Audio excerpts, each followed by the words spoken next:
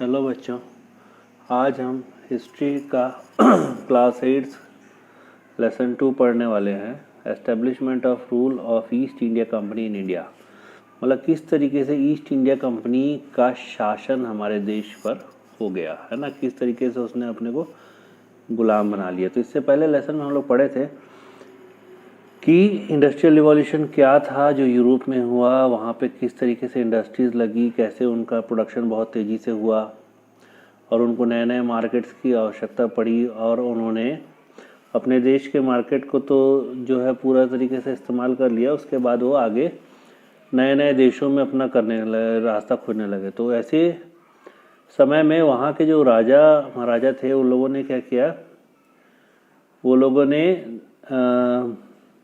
साहसिक यात्राओं को प्रोत्साहन दिया, जो आपकी नए नए देशों को जहां उनको मार्केट मिल सकता था उसको खोजने के लिए वो भेजें। तो इसी सिलसिले में वास्को डी गामा 1948 में उसने क्या किया, हमारे भारत के रास्ते की खोज की, जिसे लोग सोने की चिड़िया के नाम से जानते थे। रास्ता तो वैसे मालूम था, है ना, कि सोने की चिड़िया मालूम था तो रास्ता मालूम था, लेकिन उनको व्यापार करने के लिए समुद्री रास्तों की आवश्यकता थी, जिससे समुद्र के रास्ते से सामान को ले आया जा सके आराम से। तो वो जो साहसिक यात्राएं थी उसमें एक वास्को डी गामा थे, वो 1498 में उन्होंने सी रूट, भारत का समुद्र के रास्ते की खोज की, है ना। उसके बाद पुर्तगीज़ वगैरह भी आए, ठीक है, और भी जो लोग आए वो धर्म के प्रचार के लिए, क्रिश्चियनिटी पहले भारत में नहीं थी, क्रिश्चियनिटी के प्रचार के लिए आए कि यहाँ के लोगों को क्रिश्चियंस बनाया जाए, ठीक है, और वो व्यापार करने के लिए भी आए। तो इस तरीके से क्या हुआ उन्होंने धीरे धीरे यहाँ पर अपना व्यापार बढ़ाया और इसके बाद उनको लगा कि यहाँ पे शासन व्यवस्था कमज़ोर है, छोटे छोटे राज्य है, तो उन्होंने बाद में और फ़ायदा करने के लिए उन्हें कैप्चर करना भी चालू किया।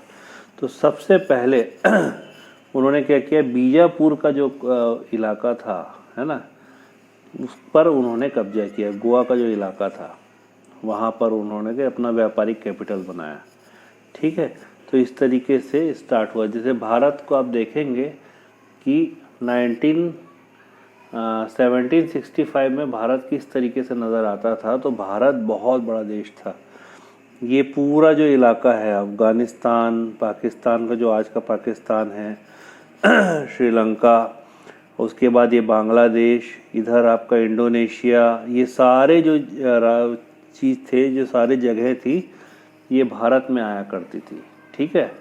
लेकिन इसमें बहुत सारे छोटे छोटे राज्य हुआ करते थे जो अपने आप को भारतवर्ष कहते थे, ठीक है। तो ये एक तरीके का पहले का नक्शा था। अब इसके बाद यहाँ पे ईस्ट इंडिया कंपनी, यूरोप के जो लोग थे वो लोग आए, इंग्लैंड के लोग, है ना, और वो यहाँ पर देखे कि यहाँ पे भरपूर मात्रा में मसाले मिलते हैं। मसालों का उत्पादन भारत में बहुत अच्छा होता था, कपड़ों का उत्पादन होता था, और वो यहाँ से क्या करते थे, सस्ते रेट में इसको खरीद के जाते थे। और क्योंकि वहाँ पे यूरोप में ज़्यादा लोग नॉन वेजिटेरियन थे, नॉन वेजिटेरियन मतलब मांस वगैरह खाने वाले, तो वो लोगों को क्या है, मसालों की आवश्यकता पड़ती थी। वहाँ मसाले उतने ज़्यादा बनते नहीं थे, उगते ही नहीं है वहाँ मसाले, है ना। तो उनको जो आवश्यकता पड़ती थी वो इंडिया से वो लोग लेके जाते थे, ठीक है, और उसको सस्ते रेट में लेके जाते थे। इसके बदले में वो यहाँ पर सोना या चांदी से आदान प्रदान करते थे या अपना कुछ सामान दे देते थे जो वहाँ बनता था। तो इस तरीके से उनको बड़े सस्ते में यहाँ पे मसाले उपलब्ध हो जाते थे, है ना। अब ये जो है उन लोगों ने क्या किया कि यूरोपियन जो है ये लोग यहाँ पर आए, अलग अलग देश, यूरोप बोलने से एक देश नहीं है, वो अलग अलग देशों का समूह है। तो वहाँ के अलग अलग देश यहाँ पर आए, उन्होंने यहाँ पर अपना अलग अलग जगहों में अपना व्यापार बढ़ाया, ठीक है। जैसे इंडोनेशिया, मलाया, श्रीलंका, यहाँ पे सारे जगहों पे वो आके अपना अपना व्यापार बढ़ाया, ठीक है। भारत में अलग अलग देशों ने अलग अलग जगह अपने व्यापारिक कैपिटल्स बनाए। जैसे पुर्तगीज़ जो थे, है ना, पुर्तगीज़ लोगों ने गोवा, दमन, दीव, यहाँ पर, है ना, उन्होंने अपने व्यापारिक कैपिटल बनाए, मतलब इंडस्ट्रियल कैपिटल्स बनाए, जो उन लोग जहाँ पे अपनी कोठियाँ बनाते हैं। ठीक है। पौंडीचेरी फ्रांसिस मार्टिन द्वारा एस्टेब्लिश किया गया। Near cities near Madras coast area, वहाँ पे भी आप देखेंगे तो फ्रेंच लोगों ने अपना कैपिटल बनाया। ठीक है। पौंडीचेरी को फ्रेंच कैपिटल बनाया। इंग्लैंड ने बॉम्बे, मैड्रास, कोलकाता, यहाँ पर अपना व्यापारिक कैपिटल बनाया। ठीक है। उसके कैपिटल बनाने का अर्थ यह है कि वो लोग इन जगहों पर जो सी कोस्ट था उसका इस्तेमाल, अपना सामान लाना, ये सारी सी कोस्टल एरियाज़ हैं, मतलब समुद्र किनारे के इलाके जहाँ बंदरगाह हैं। तो वो लोग क्या करते हैं कि इसको सी कोस्ट एरिया को अपनी जगह बना लेते हैं, वहाँ के राजा के साथ एक अनुबंध कर लेते थे और वहाँ पर अपने सामान को उतारते थे, और यहाँ से जो सामान भेजना रहता था विदेश, अपने देशों में, वो लोग भेजा करते थे। ठीक है। डच जो थे, डच मतलब हॉलैंड के लोग। ठीक है। हॉलैंड के लोग जो है वो लोग डच कहलाते हैं। ठीक है। डच, फ्रेंच एंड ब्रिटिशर्स, वो लोग फैक्ट्रीज वगैरह भी यहाँ पर लगाए बाद में अपने प्रोडक्शन के लिए, क्योंकि यहाँ पर उनको जो रॉ मटेरियल मिलता था वो लोग क्या करते थे, उसको अपनी फैक्ट्रीज में, जैसे इंडिगो मतलब नील की खेती जो होती थी, वो नील का खेती करवाते थे यहाँ पे, और उससे वो लोग नील का पाउडर बना के या लिक्विड बना के वो अपने देशों में भेजा करते थे। ठीक है। तो उसके लिए भी जो उन लोगों ने के लिए इंडस्ट्रीज़ वगैरह की ज़रूरत पड़ती थी। जैसे ये ब्रिटिश फैक्ट्री की एक फ़ोटो है, यहाँ पे ब्रिटिश फैक्ट्री देखिए, प्रोडक्शन ये इंडिया में है। ठीक है। मतलब थी उस वक्त, अब नहीं होगी। अब इसके बाद जो मैड्रास है, which was situated eastern coast of south India, was main trading centre of British. Madras जो है वो साउथ इंडिया के ईस्टर्न कोस्ट में जो था, वो इनका ब्रिटिशर्स का मेन ट्रेडिंग सेंटर था। और वहीं पर पौंडीचेरी जो था, है ना, ये जो फ्रेंच लोगों का, ये उसके पास में ही, मैड्रास के पास में ही एक जगह है पौंडीचेरी, तो ये फ्रेंच लोगों का था। तो ये लोग क्या है, इनके इस तरीके से, क्योंकि आसपास में भी इनके फैक्ट्रीज थे, इनके जो सेंटर्स बना के रखे थे लोग, तो इसके कारण इनके बीच में कॉन्फ्लिक्ट वगैरह भी होते थे। तो ये दोनों जगह कर्नाटका में आती थी। तो जब भी कर्नाटका की राजनीतिक स्थिति या वहाँ पर जब राजा महाराजा कमज़ोर हुआ करते थे, तो उसका ये लोग फ़ायदा उठाने की कोशिश करते थे।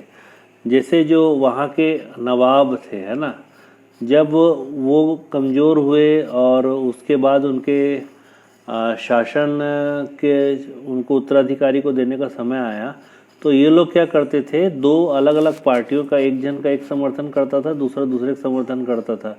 इस तरीके से अपोजिट साइड कॉन्फ्लिक्ट में लोग, भैया मैं तेरे को अभी नवाब बनवाऊंगा, है ना, तुम हमारा समर्थन करना। तो ये इस तरीके से लोग का एक प्रोपागेंडा था, जिससे लोग शासन में, अब मान लीजिए किसी का समर्थक जो आदमी वहाँ के शासन में आ गया, तो वो क्या करता था, इनको बहुत सारी सहूलियतें दिया करता था कि हाँ मैं आपके समर्थन से बना हूँ, इसलिए आपका ये मैं आपको सहायता करता हूँ। Trades between India and other nations. अब हम जानते हैं कि जो व्यापार भारत और दूसरे देशों के बीच होता था, वो बेसिकली कहाँ कहाँ से होता था, ये तो है बंगाल में सबसे ज़्यादा कलकत्ता से होता था, है ना। तो ढाका जो था वो भी इसका एक सेंटर था ट्रेड का। तो बंगाल जो है वो एक वेल्दी स्टेट था, बहुत अमीर स्टेट था। Large scale of foreign trade took place, वहाँ से बहुत सारे फॉरेन ट्रेड हुआ करते थे, है ना। तो इसके जो नवाब थे वो कौन थे, पहले अली वर्दी खान थे, अली वर्दी खान, है ना। तो इसके बाद जो है नवाब सिराजुद्दौला, उनके जो लड़के थे सिराजुद्दौला, 1756 में वो उनको नवाब बनाया गया। ब्रिटिश एंड फ्रेंच में उनके जो पावर्स का मिसयूज़ करके वो क्या किए, वहाँ पे सिटी को फोर्टिफाइड कर दिए उन लोगों ने, ठीक है, उन लोग उसको घेर दिए। सिराजुद्दौला ने इसको रोकने का बहुत प्रयास किया डिप्लोमेसी के थ्रू, लेकिन ये हुआ नहीं। तो उन्होंने अंग्रेज़ों को रोकने के लिए उनके अगेंस्ट में बैटल ऑफ प्लासी 23 जून को उन्होंने बैटल ऑफ प्लासी की, है ना। लेकिन इसमें सिराजुद्दौला जो थे, इनका एक सेनापति था मीर जाफ़र, ठीक है। सिराजुद्दौला को इस युद्ध में पैसे की आवश्यकता थी, तो वहाँ के जो व्यापारियों ने उसकी मदद नहीं की, ठीक है। और मीर जाफ़र जो इनके जो सेनापति थे, उन्होंने इनको धोखा दिया सिराजुद्दौला को। अब मीर जाफ़र को अंग्रेज़ों ने ये ऑफ़र दिया कि यदि तुम हमको इसके अगेंस्ट में जिता देते हो या इसके मदद में हेल्प करते हो सिराजुद्दौला को हराने में, तो हम तुमको अगला नवाब बना देंगे। तो ये ऑफ़र दिया उन्होंने, उसने उसकी मदद कर दी। सिराजुद्दौला युद्ध में हार गए। इसके बाद क्या किया गया, मीर जाफ़र को वहाँ का नवाब बनाया गया। उसके बाद उन्होंने मीर जाफ़र को एक कठपुतली टाइप का अपना रखा और बंगाल के ऊपर बहुत सारे टैक्सेस लगाए, और वो पूरा कलेक्शन का जो अधिकार था वो अंग्रेज़ों के पास था। तो ये क्या हुआ इससे, क्योंकि टैक्सेस लोगों पर लगाया जाता है, किसानों पर, व्यापारियों पर लगाए जाते हैं। अब ये टैक्सेस पहले उनकी फसल के आधार पर लिया जाता था कि कितनी फसल हो रही है उनकी, लेकिन बाद में ये जितनी भी व्यवस्था थी वो उसकी ज़मीन के आधार पर तुमको इतना देना ही है। यदि सूखा भी पड़ता था या बाढ़ भी आ जाती थी, क्योंकि बंगाल में बाढ़ अक्सर आती है, वहाँ नदियाँ बहुत सारी हैं, तो उसके बाद भी आपको वो टैक्स देना ही पड़ेगा करके उनके ऊपर फोर्स किया जाता था। तो जो मीर जाफ़र थे, ये बहुत दिन तक इस चीज़ को, प्रेशर को बेयर नहीं कर पाए, और उसको वो भी विरोध करने लगे। तो उनके बाद उनको हटा के उसके भांजे मीर कासिम को बना दिया गया, ठीक है। अब ये मीर कासिम को बनाया गया, लेकिन मीर कासिम के साथ भी है तो वही चीज़ें, और वो टैक्सेशन वगैरह इतना ज़्यादा अमाउंट, लोग, भैया आप वहाँ के नवाब हो, लोग आपके पास आएंगे कि हम यहाँ नहीं दे सकते, हमारा सूखा पड़ा है, बाढ़ आई है, जो भी है, लेकिन आपके पास कोई अधिकार नहीं है। आप लोगों के प्रति जवाबदार थे, लेकिन कंपनी जो थी वो पूरे टैक्स ले रही थी, वहाँ से पैसा बहुत ज़्यादा ले रही थी, तो लोगों का तो आपको ही सुनना पड़ता। तो ये भी क्या हुआ, ये भी नहीं चला, है ना, ज़्यादा दिन तक नहीं चला, और ये इस प्रेशर को नहीं झेल पाया। बाद में ब्रिटिशर्स जो थे उनके खिलाफ नवाब मीर कासिम, सिराजुद्दौला, अवध के जो नवाब थे, और मुग़ल एम्परर शाह आलम सेकंड, ठीक है, इसको हम लोग शाह आलम सेकंड पढ़ेंगे। ये जो 112 लिखा रहता है रोमन लेटर में, शाह आलम सेकंड, ठीक है। ये लोगों ने एक टुगेदर एक आर्मी बनाई, और अगेंस्ट में उन लोगों ने 1764 में उन्होंने अंग्रेज़ों के खिलाफ युद्ध किया, जिसे बक्सर का युद्ध कहा जाता है। इसमें जो है ये जो युद्ध का जो प्लासी का जो अधूरा काम था ये पूरा हुआ, है ना। और उसके बाद इसमें एक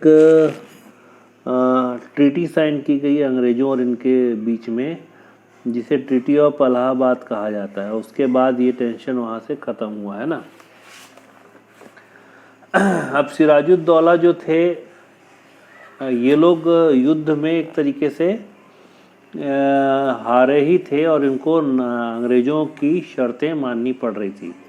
तो ये क्या था, इन लोगों का अवध में पूरे टैक्स लेने का, और फ्री ट्रेड, मतलब ये लोग जो व्यापार करेंगे उसके ऊपर कोई चुंगी कर नहीं लगेगा। चुंगी कर मतलब जो व्यापार एक स्टेट से दूसरे स्टेट के बीच में होता है, उसमें सरकार लगाती थी, तो ये चुंगी कर ये नहीं देंगे, फ्री इनका व्यापार होगा, ये समझौता था।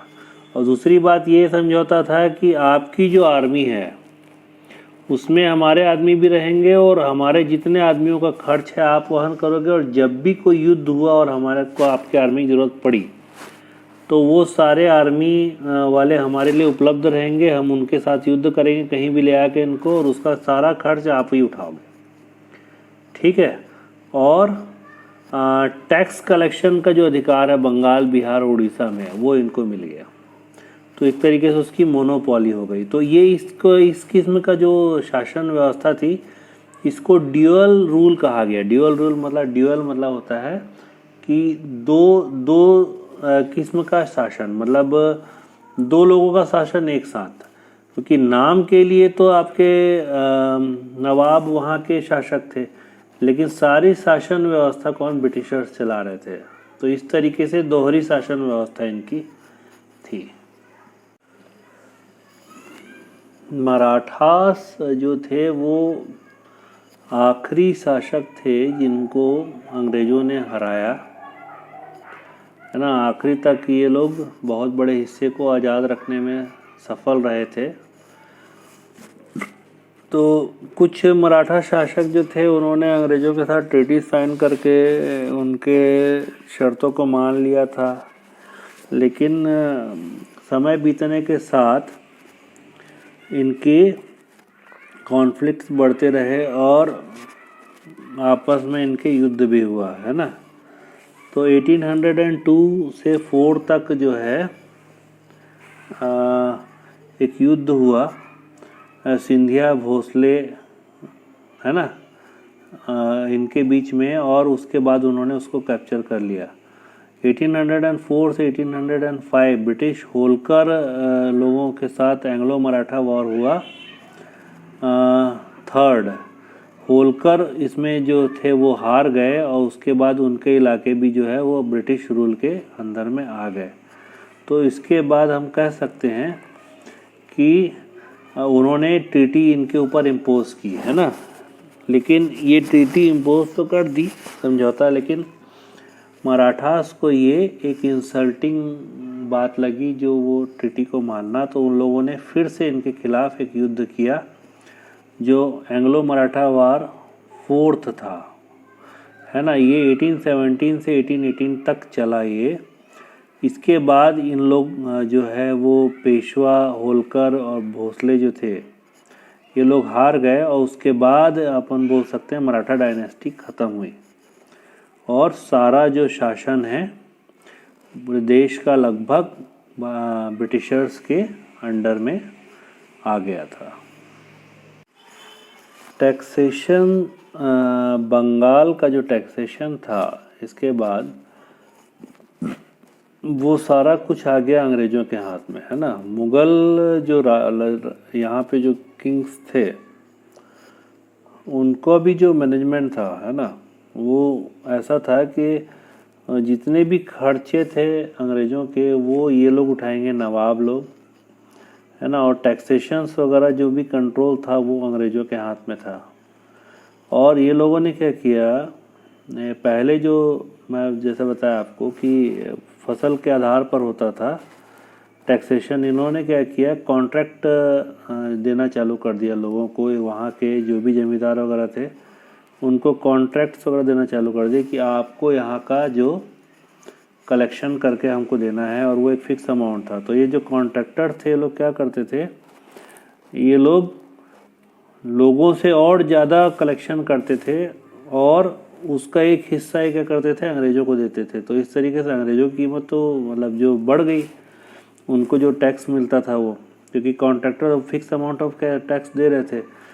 लेकिन इससे क्या हुआ कि लोगों के ऊपर दबाव और ज़्यादा बढ़ गया, है ना। और इसमें जब भी कोई नेचुरल त्रासदी आती थी, कोई ड्रॉट या कोई फैमाइन, बाढ़, है ना, कोई भी चीज़ आए, तो ये लोगों क्या करता था, इसके बाद भी ये लोग क्या करते थे कि हार्शली पीट के लोगों को, उनकी ज़मीनों पे कब्जा करके, कैसे भी करके उनसे कलेक्शन करते थे। तो ये क्या करता था, ये सिस्टम लोगों के लिए बहुत ज़्यादा दुखदाई था। 19 जून 1773 को जो पार्लियामेंट ने एक रेगुलेटिंग एक्ट पास किया, उसके बाद गवर्नर जो है बंगाल का जो गवर्नर है वो वॉरेन हेस्टिंग्स को बनाया गया। ठीक है, Bengal was main centre of British Calcutta, मतलब जो ब्रिटिश राज का जो बेसिक सेंटर जो था, वो लोगों का जो केंद्र था वो बंगाल ही था, क्योंकि वहाँ से होकर इंटरनेशनल व्यापार होता था। वहाँ समुद्र का रास्ता है ना, वहाँ से बड़े बड़े बंदरगाह थे, तो वहाँ से दुनिया का पूरा व्यापार होता था, तो वो बेसिकली उसका वो सेंटर था। तो वॉरेन हेस्टिंग्स को बनाया गया उसमें। ठीक है, अब हेस्टिंग क्या किया, डिफरेंट रूलर्स के साथ डिफरेंट उन्होंने अप्रोच किया, जिसके साथ जैसा संबंध हुआ, किसी के साथ अच्छा संबंध बनाया, किसी के ऊपर दबाव डाल के बनाया, किसी के ऊपर कोई चीज़ किया। तो इस तरीके से येन केन प्रकारेण सारा जो कंट्रोल है उसने लेने की अपने उसमें कोशिश की। जैसे बंगाल के साथ जो था उसका एक फ्रेंडली रिलेशन था, अवध के साथ भी। ठीक है, लेकिन उसने मैसूर का जो राजा था हैदर अली, उसके साथ उसने युद्ध किया और उसको कोशिश किया कि उसके साथ कोई ट्रीटी बन जाए, है ना। लेकिन जो हैदर अली था उसने युद्ध में इनको मजबूर कर दिया कि एक ऐसी ट्रीटी जो साइन करो जिसको बोलते थे मद्रास ट्रीटी। ये 1767 से 1769 के बीच की बात है, मैसूर वार। इसके बाद हैदर अली ने इन्हें मजबूर किया कि आप हमसे ऐसा करें जिसमें आप हमको कोई भी विदेशी ताकतों से प्रोटेक्ट करेंगे, क्योंकि इस समय बहुत सारे देश थे जो भारत में अपना उपनिवेश बनाने की कोशिश कर रहे थे, तो इन्होंने ब्रिटिशर्स के साथ इन्होंने ऐसा किया था। ठीक है, उसके बाद भी जो मैसूर पर पेशवा जो थे, पेशवा मराठा, इन्होंने अटैक किया और ब्रिटिशर्स ने इनको धोखा दिया। ब्रिटिशर्स ने इनका साथ नहीं दिया जब मराठाओं ने इन पर हमला किया हैदर अली पर, और ये युद्ध हार गए हैदर अली। ठीक है, और 1780 में एक और वार हुआ। ठीक है, जिसके बाद मैंगलोर 1784 में मैंगलोर ट्रीटी को साइन किया गया। ठीक है, ये ट्रीटीज मतलब होता है, ये समझौते होते हैं, ये युद्ध में हारने जीतने के बाद जो समझौता किया जाता है उसमें, है ना। तो इसके बाद जो है वो हैदर अली मारा गया, है ना। और हैदर अली युद्ध में नहीं मरा, लेकिन अपने जो उसमें है उम्र के साथ मारा गया, ख़त्म हो गया। उसके बाद उसका जो 32 साल का जो लड़का था, है ना, हैदर अली का, टीपू सुल्तान नाम था, वो नेक्स्ट रूलर ऑफ मैसूर बना। ठीक है, वो एक इंटेलिजेंट और ब्रेव सोल्जर था, वो डिफरेंट लैंग्वेजेस भी जानता था। ठीक है, और उसका फ्रेंच और टर्किश लोगों के साथ अच्छा संबंध था। ये बात अंग्रेज लोगों को अच्छी नहीं लगती थी। ठीक है, तो उसके बाद ब्रिटिशर्स ने 1792 में फिर से इसके ऊपर हमला किया। त्रैवंकोर नाम की जगह थी, वहाँ उसने हमला किया, और इस युद्ध में जो थे इसको निज़ाम, अंग्रेज़ों का निज़ामों ने, जो निज़ाम और मराठाओं ने उनका मदद किया, और श्रीरंगपटना जो है ट्रीटी वहाँ पे साइन हुआ। ठीक है, टीपू सुल्तान जो थे उनको युद्ध में हारने के बाद उनको आधा राज्य उनका जो है ले लिया गया, आधा राज्य उनको वापस कर दिया गया, और उनको 3 करोड़ रुपए उनको कंपनसेशन के रूप में भी दिया गया, लेकिन उनसे आधा राज्य छिन गया। ठीक है, 1798 में वॉरेन लॉर्ड वेलेस्ली जो है वो गवर्नर बने, और उन्होंने क्या किया, एक नया जो है रूल ट्रीटी बनाने का वो किया, निर्णय किया, जिससे उनके आर्थिक और व्यापारिक हित सुरक्षित रहें। तो उस ट्रीटी के हिसाब से क्या था, उसकी टर्म्स एंड कंडीशन क्या थी कि स्टेट जो इस ट्रीटी को साइन करेगा उसमें ब्रिटिश सोल्जर्स जो है वो अपने वो रखेगा, है ना, उसको अपने सेना में ब्रिटिश सोल्जर्स को रखना पड़ेगा और उसका ध्यान भी रखना पड़ेगा, जितने खर्चे हैं वो सारे उठाने पड़ेंगे। दूसरा ये कि वो यूरोप के बाकी देशों के जिनके भी सेना में सोल्जर्स हैं उनको हटाना पड़ेगा, वो सिर्फ इंग्लिश सोल्जर्स को ही रख सकता है। ठीक है। तीसरी बात ये थी कि वो उसको अपने जो एडवाइजरी बोर्ड था, मतलब जो उसके जो शासक के जो मंत्री वगैरह थे, उसमें उसको अपने इंग्लिश आदमी को रखना ही पड़ेगा और उनसे वो सलाह करके ही काम कर सकेगा। ठीक है। और कोई भी इंग्लिश ऑफिसर के मदद के मतलब परमिशन के बगैर वो कहीं से भी व्यापारिक समझौता या कोई और समझौता नहीं कर सकेगा। और उसको एनुअल जो है टैक्स, हर साल उसको एक निश्चित मात्रा में टैक्स देना ही पड़ेगा। तो जो वेलेंसली थे, लॉर्ड वेलेंसली की ये जो शर्तें थी, उन्होंने जो नई ट्रीटी बनाई थी, इसका जो है मैसूर के राजा टीपू सुल्तान ने साइन करने से मना कर दिया। तो उसके बाद क्या हुआ, वो युद्ध हुआ फिर से, ये हैदर अली। ये 1799 में एंग्लो मैसूर युद्ध हुआ। इस युद्ध में मतलब ये 4th वार था इनके बीच में, अंग्रेज़ों और इनके बीच में, और इसमें टीपू सुल्तान मारा गया। ठीक है।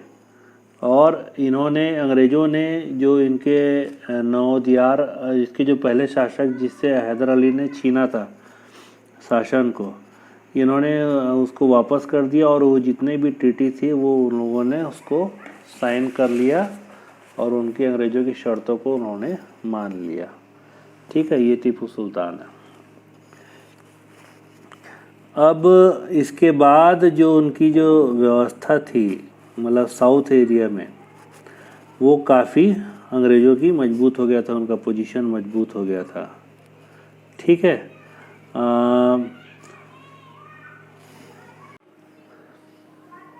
बाकी जो राज्य थे कुछ इनके साथ अंग्रेज़ों के साथ मिलकर चल रहे थे, लेकिन आज़ाद थे वो।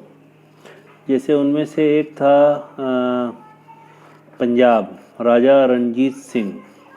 इनके अंडर में ये राज्य बहुत लंबे समय तक आज़ाद था, लेकिन राजा रंजीत सिंह के डेथ के बाद अंग्रेज़ों ने 1849 में उसको हमला किया और उसको कैप्चर कर लिया। ठीक है। इसके बाद सारे राज्यों पर उन्होंने कब्जा करने के लिए अलग अलग नीतियां बनाई, जिसमें से एक जो था लॉर्ड डलहौजी जो थे, उन्होंने उत्तराधिकार संबंधी एक नियम बनाया, जिसमें उन्होंने कहा कि जो भी राजा जिसकी संतान नहीं होगी खुद की, तो वो किसी को अडॉप्ट नहीं कर सकता, और यदि वो अडॉप्ट किया भी उसको, मतलब उसको गोद लिया भी, तो उस राजा का राज्य जो है अंग्रेज़ों के राज्य में शामिल हो जाएगा। ठीक है। तो ये इसके कारण भी राजाओं में, हालांकि राज्य अंग्रेज़ों के साथ ट्रीटीज़ करके थे वो, है ना, उनके अंडर में थे, लेकिन फिर भी से वहाँ राज करने वाले भारतीय राजा ही थे। अब ये जो नीति बनाई गई वो पूरी तरीके से उसको राज्य को कैप्चर करने के लिए बनाई गई।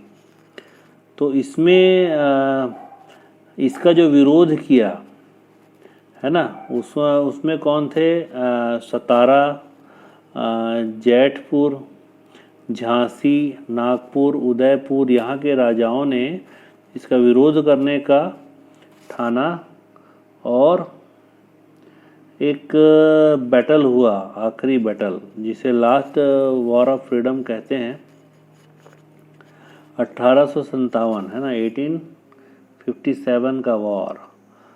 ये इस वॉर के बारे में काफ़ी डिटेल में आपको आगे बताएंगे, ठीक है।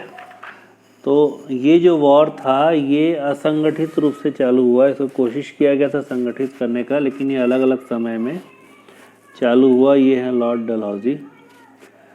तो ये इसीलिए अलग अलग समय में, निर्धारित समय में चालू नहीं हुआ और अलग अलग जगहों में अलग अलग समय में हुआ, तो संगठित रूप में ये युद्ध नहीं हो सका और इसके कारण ये हार गए। तो